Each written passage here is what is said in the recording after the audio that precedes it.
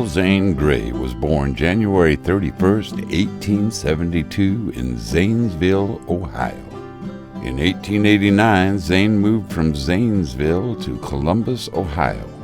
From an early age, he had a great interest in history. He would eventually become a world-renowned author whose books brought the American frontier and the Wild West to life in the world. He wrote his first story, Jim of the Cave, when he was 15.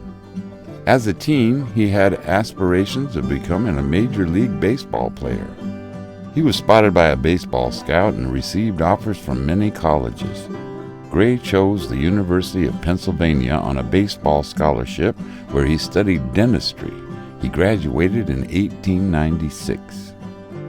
Grey went on to play Major League Baseball with several teams, including the Newark, New Jersey Colts in 1898 and also with the Orange Athletic Club for several years. He struggled with the idea of becoming a writer or baseball player for his career, but decided that dentistry was the most practical choice. His father was a dentist, and he followed in his footsteps and became a dentist himself. In his mid-20s, he started using his middle name, Zane, instead of Pearl. Grey established his practice in New York City under the name of Dr. Zane Grey. He began to write in the evening to offset the tedium of his dental practice. Grey eventually closed his dental practice and became a full-time writer. In 1907, Grey arranged for a mountain lion hunting trip to the north rim of the Grand Canyon in Arizona. Upon returning home in 1909, Grey wrote a new novel, The Last of the Plainsmen. With the birth of his first child pending, Grey felt compelled to complete his next novel and his first Western, The Heritage of the Desert. He wrote it in 4 months in 1910. It quickly became a bestseller. 2 years later, in 1912, Grey produced his best-known book, Riders of the Purple Sage. This was to be his best-selling book. It is one of the most successful Western novels of all time. From 1917 to 1926, Grey was in the top 10 bestseller list 9 times. Grey's career blossomed at the same time the motion picture industry was beginning. His works were adapted to the screen from the earliest days of movies. In addition to the commercial success of his printed books, many films and TV shows were made of his works. Nearly 50 of his novels were converted into over 100 Western movies. Many of Grey's stories were adapted again for television, forming the series The Lone Ranger and Sergeant Preston of the Yukon. As of 2012, 112 films, 2 television episodes, and a television series, Dick Powell's Zane Grey Theater, had been made that were based loosely on Grey's novels and short stories. Grey's greatest passion was for fishing. From 1918 until 1932, he was a regular contributor to Outdoor Life magazine. The Greys moved to California in 1918. In 1920, they settled in Altadena, California. Around this time, he built a cabin in Arizona. From 1923 to 1930, he spent a few weeks a year at his cabin on the Mogollon Rim in central Arizona. He spent a lot of time, a lot of the famous pictures that you see, he's riding or his group is riding in Monument Valley around the Mitten Buttes and different areas there.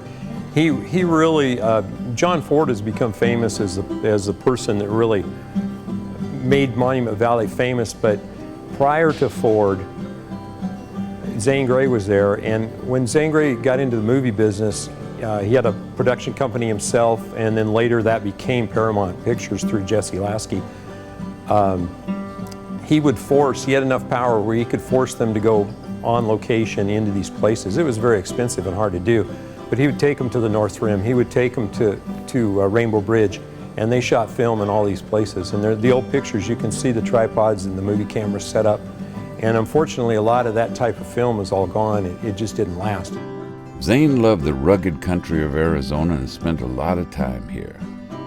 He visited many areas of Arizona, and Zane Grey's stories abound in northern Arizona. The time he spent in Arizona has put his mark on our history. The Weatherford Hotel in Flagstaff has placed plaques of recognition up honoring the times he spent staying there and writing. When you would come to Arizona in those days, you'd stop in Flag. And so you get off there and it's a short walk from where the train station was up to the Weatherford. And so he would stay up at the Weatherford when he would come to town. He would gather resources and connections for his trips.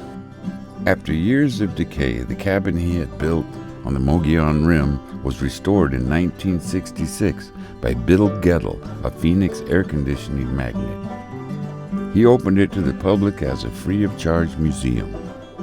The Dude Fire destroyed the cabin in 1990. It was later reconstructed 25 miles away in the town of Payson.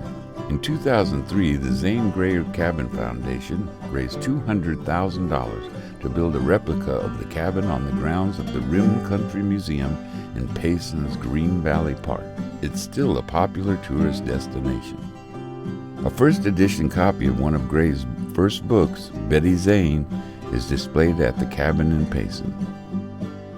Zane Grey died of heart failure on October 23, 1939, at his home in Altadena, California. He was buried in the Lackawaxen and Union Cemetery in Lackawaxen, Pennsylvania. The National Park Service maintains his former home in Lackawaxen as the Zane Grey Museum. Zanesville, Ohio also has a museum named in his honor, the National Road Zane Grey Museum. His home in Altadena, California is listed in the National Register of Historic Places. Zane Grey Terrace, a small residential street in the hillsides of Altadena, is named in his honor. My beloved Arizona was the term of endearment Zane Grey bestowed upon this state.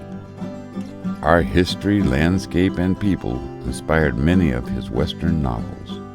Arizona was really his influence, and I look at it as Arizona really made him the popular artist that he was. It was something that inspired him to the point that he became popular and he was able to open up and write about these things that he hadn't had success before he came to Arizona. And just the fact that it was one of the last wild places that you could go into, and people were interested in that. And they wanted to go to those places, and if they couldn't go, they wanted to read about it. And he explained it and described it so well that they could feel like they were actually there, even if they didn't go there. Because some of the places that he went to were very hard to get to. Places such as Rainbow Bridge, that he thought a normal traveler would never get there, he wrote that.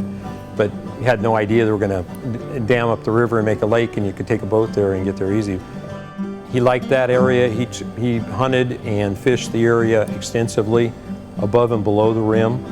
And then he ended up in the Kayenta area and spent a lot of time going into Rainbow Bridge, the Painted Desert, and that country up there, which is a tough country to be on a horse and be out for weeks in, and he enjoyed that.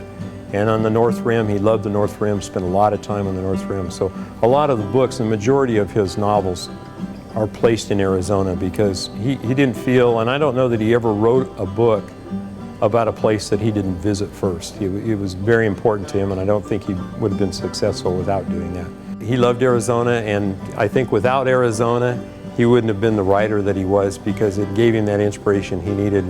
And of the 80 or so books that he wrote, a majority of those were placed in Arizona, and each one of them took at least one or more visits for him, and usually quite a bit more, for him to actually make that book happen. So he spent a lot of time in a lot of different parts, from Yuma, from one corner to the other, Boulder Dam in the other corner. And then he wrote 2 books down in the southeast corner of the state. So he really covered the whole state with his interest. Zane Grey was a major force in shaping the myths of the Old West. He inspired many Western writers who followed him. His tales of the Western frontier made him the father of the Western novel. Arizona is proud to have been a part of Zane Grey's vast legacy of Western culture.